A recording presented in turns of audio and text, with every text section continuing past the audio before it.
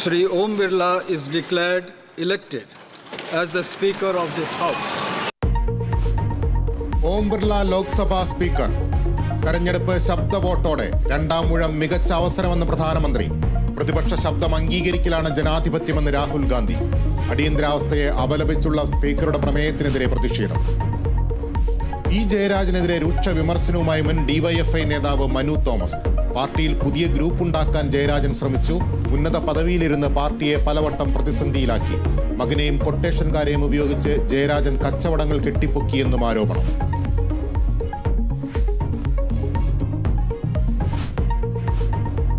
Orthodox Yakobaya സഭാ തർക്കത്തിൽ സർക്കാരിന് ഹൈക്കോടതിയുടെ രൂക്ഷ വിമർശനം. നടപ്പാക്കാത്തത് സുപ്രീം കോടതി വിധിയാണെന്ന് ഓർക്കണം. സർക്കാർ നടപടികൾ പ്രഹസനമെന്ന് വിമർശനം. വിധി നടത്തിപ്പിനെ എതിർക്കുന്നത് എന്തിനെന്ന് യാക്കോബായ സഭയോട് കോടതി.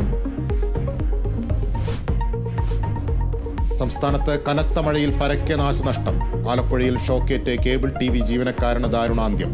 എറണാകുളം പൂത്തൃക്കയിൽ വീടിന് മുകളിലേക്ക് മണ്ണിടിഞ്ഞു വീണു. ഇടുക്കിയിൽ ദുരിതാശ്വാസ ക്യാമ്പ് തുറന്നു.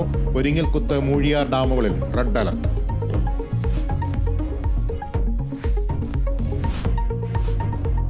സംസ്ഥാനത്ത് അവശ്യവസ്തുക്കൾക്ക് തീവിലയെന്ന് പ്രതിപക്ഷം സഭയിൽ. സർക്കാർ സപ്ലൈകോയുടെ അന്തകരെന്ന് പ്രതിപക്ഷ നേതാവ്.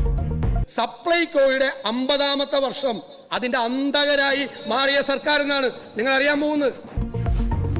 വിലക്കയറ്റം ദേശീയ വിഷയമെന്ന് മന്ത്രി GR. സംസ്ഥാനത്ത് മാത്രം വിഷയമല്ല, രാജ്യമൊട്ടാകെയുള്ള ഒരു പ്രശ്നമാണ് എന്ന് നമുക്കെല്ലാം അറിയാം. ഇത്തരം വിഷയങ്ങളെ സംബന്ധിച്ച് കൂട്ടായി ഇടപെടേണ്ട കാര്യമുണ്ട് സാർ.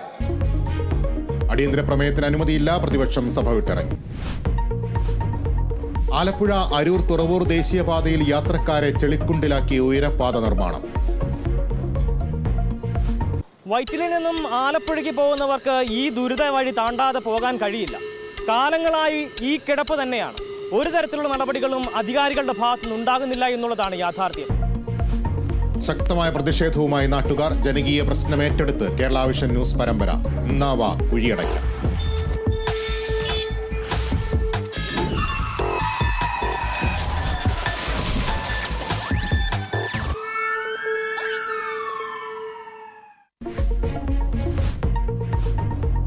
കോപ്പ അമേരിക്കയിൽ ക്വാർട്ടർ ബർത്ത് ഉറപ്പിച്ച അർജന്റീന ചിലിയെ എതിരില്ലാത്ത ഒരു ഗോളിന് പരാജയപ്പെടുത്തി.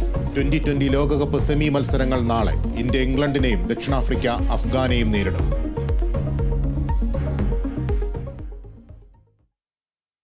ഓം ബിർള 18ാം ലോക്സഭാ സ്പീക്കർ.